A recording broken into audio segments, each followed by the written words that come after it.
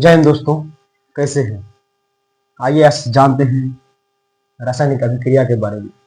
रासायनिक अभिक्रिया एवं समीकरण, इस चैप्टर का नाम है क्या है? रासायनिक अभिक्रिया एवं समीकरण।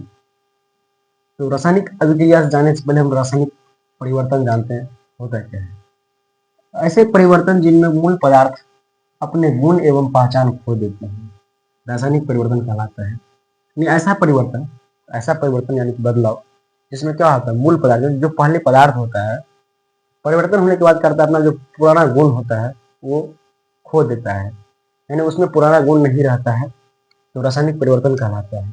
जैसे क्या, ऐसे इसका उदाहरण है, हम लोग चावल चावल से तो क्या चावल से क्या करते, उसको उबालते हैं, भात बनाते हैं। तो चावल क्या उबलने के बाद जो पुराना गुण रहता है वो हटा देता है।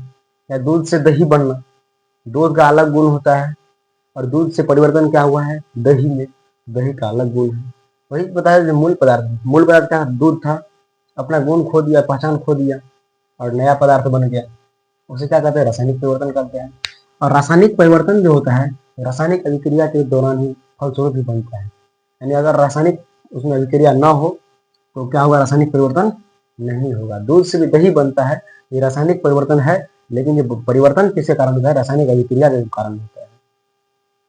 अब रासायनिक अभिक्रिया होता क्या है, जब कोई पदार्थ अकेले या किसी अन्य पदार्थ से क्रिया करके भिन्न गुण वाले एक या अधिक नए पदार्थों का निर्माण करता है, तब वह प्रक्रिया रासायनिक अभिक्रिया कहलाती है। क्या बोल रहे हैं, जब कोई भी पदार्थ होगा या तो अकेले यानी तो किसी अन्य पदार्थ यानी दूसरे पदार्थ के साथ अभिक्रिया करेगा, और क्रिया करके क्या होगा, जो नया गुण वाला पदार्थ बनाएगा या नया पदार्थ का निर्माण करेगा। पदार्थ पहले कुछ रहेगा और निर्माण कुछ अलग करेगा, तो इस क्रिया को क्या बोलते हैं, रासायनिक अभिक्रिया बोलते हैं।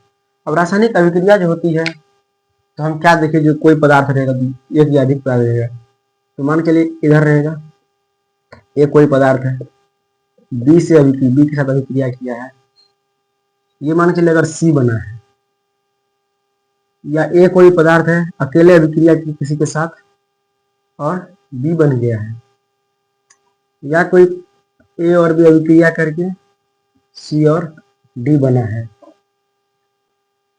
जो पदार्थ रासायनिक अभिक्रिया में भाग लेकर नए पदार्थ बनाते हैं उन्हें अभिकारक कहते हैं।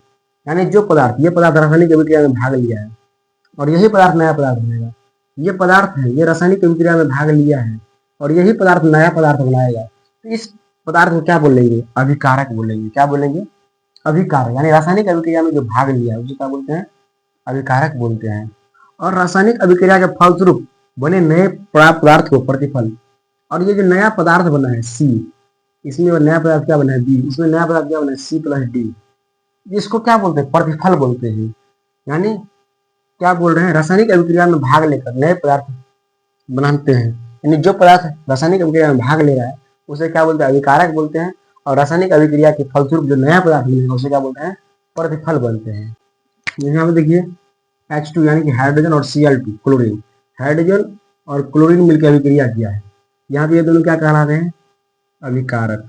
क्या कहला रहे हैं, अभिकारक।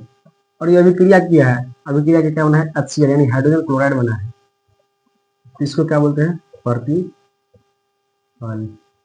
वैसे इसमें भी CaCO3, इसमें एक ही पदार्थ अभिक्रिया किया है, CaCO3 कैल्शियम कार्बोनेट, ये होगा यहाँ पे अभिकारक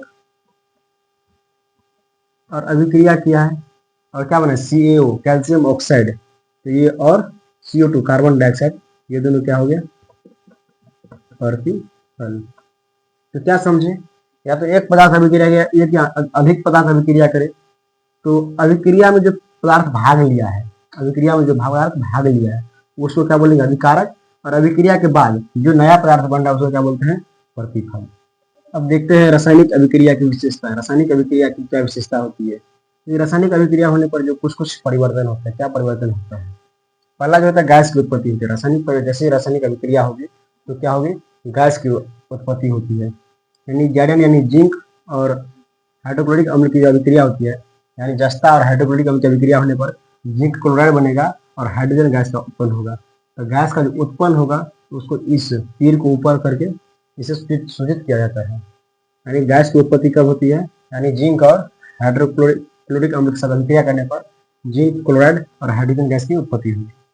अवक्षेप का बनना, अवक्षेप क्या होता है, अवक्षेप ऐसा ठोस पदार्थ है, अवक्षेप क्या है, ऐसा ठोस पदार्थ है जो रासायनिक अभिक्रिया होने के बाद, रासायनिक अभिक्रिया होने के बाद क्या होता है, वो जमता है, ये जो विलयन रहता है, जो मिला हुआ रहता है, उसमें क्या होता है, जम जाता है एक ठोस पदार्थ जैसे। तो ये sodium chloride NaCl, sodium chloride और Ag सिल्वर नाइट्रेट, तो अभिक्रिया कराने पर क्या बनेगा, सिल्वर क्लोराइड बनेगा और सोडियम नाइट्रेट बनेगा। इसमें अवक्षेप किसका बनेगा, सिल्वर नाइट्रेट क्लोराइड का बनेगा। सिल्वर क्लोराइड का अवक्षेप जो बनता है उसको तीर को नीचे करके स्विच किया जाता है। गैस की उत्पत्ति होगी तो गैस तो ऊपर की ओर भागती है, ऊपर की ओर जा रही है, इसलिए गैस के तीर को ऊपर की ओर संकेत किया जाता है। और जब पृथक होगा, अवक्षेप बनेगा, तो अवक्षेप तो ठोस होगा, तो ठोस नीचे की ओर जमता है, तो इसलिए उसको क्या करते हैं, तीर को नीचे की ओर बनाते हैं। तो सोडियम क्लोराइड और सिल्वर नाइट्रेट की अभिक्रिया के बाद सिल्वर क्लोराइड और सोडियम नाइट्रेट बनता है, तो सिल्वर क्लोराइड इसमें क्या अवक्षेप बनता है। उसका रंग में परिवर्तन भी होता है। देखिए पोटेशियम परमैंगनेट जो होता है उसका बैंगनी रंग का विलयन होता है। बैंगनी किसका, कैसा रंग का, उसका जो विलयन होगा कैसा, कौन सा रंग का, बैंगनी रंग का। बैंगनी रंग के विलयन में क्या कर रहा है, नींबू का रस मिलता है, क्या करता है, नींबू का रस मिलाता है थोड़ा थोड़ा, तो नींबू का रस जैसे मिला तो उसमें क्या होता है, बैंगनी रंग क्या होता है, गायब होने लगता है। तो क्या देख रहे हैं इसमें रंग में परिवर्तन भी होता है। रासायनिक अभिक्रिया में गैस की उत्पत्ति होती है, अवक्षेप का बनता है, रंग में परिवर्तन होता है, और आगे भी होता है परिवर्तन, जो ताप में परिवर्तन होता है उसके बारे में जानते हैं। लेकिन ताप में परिवर्तन क्या है, यदि कली चूना के एक ढेले पर जल गिराया जाए तो पर्याप्त मात्रा में ऊष्मा उत्पन्न होती है, जिससे अभिक्रिया का ताप बढ़ जाता है। क्या होता है, कली चूना लेते हैं, क्या लेंगे, एक चूना लेंगे, चूना पत्थर, उसमें क्या करते हैं, थोड़ा जल डालते हैं, क्या देते हैं, उसमें जो बहुत ज़्यादा ऊष्मा उत्पन्न होती है, जो ऊष्मा जो हुई उत्पन्न जो होती है तो उसे क्या बोलते हैं, ऊष्मा से क्षति अभिक्रिया। यानी कि जो देखिए ताप में परिवर्तन हो रहा है, ताप में उसमें वृद्धि हुआ, ताप में परिवर्तन ही नहीं हुआ। तो उसके बाद क्या है, जो दूसरा अभिक्रिया देख रहे हैं, क्या जो एक प्रखमेली लेंगे, प्रखमेली यानी समझते हैं, तो उसमें क्या करते हैं, थोड़ा अमोनियम क्लोराइड लेकर उसमें बोरियम ऑक्साइड का विलयन डालते हैं। क्या करते हैं, अमोनियम क्लोराइड लेंगे, उसमें बेरियम ऑक्साइड का क्या करेंगे, विलयन डालेंगे। तो अभिक्रिया के बाद क्या होता है, बेरियम क्लोराइड और अमोनिया और जल बन रहा है, और जल जैसे ही बना, अभिक्रिया में जल जैसे ही बना तो क्या होगा, उस अभिक्रिया को पूरा ठंडा कर देगा, और ठंडा करने पर क्या होगा, उसका अभिक्रिया का जो ताप जो होगा वो घट जाएगा। तो क्या कोई उष्मा शोषी अभिक्रिया, यहाँ पे देख ली उष्मा उत्पन्न हो रहा है, उष्मा क्षेपी अभिक्रिया, और यहाँ पे उष्मा क्या है, घट रहा है, यानी ताप उसका घट रहा है, यानी उष्मा शोषी अभिक्रिया। उसके बाद क्या होता है, अवस्था में परिवर्तन, यानी कि उसका जो रूप है उसमें परिवर्तन होता है, अवस्था विवर्तन।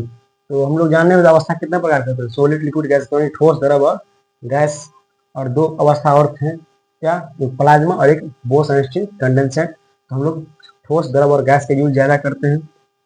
तो देखिए जैसे मोम का जलना, मोम जो जलता है तो ठोस रहता है ना, और जल जल के क्या होता है, वाष्प बन के उड़ जाता है।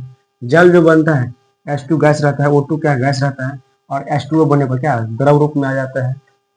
उसका गंध में परिवर्तन, गंध में यानी उसका सुगंध अलग हो जाता है।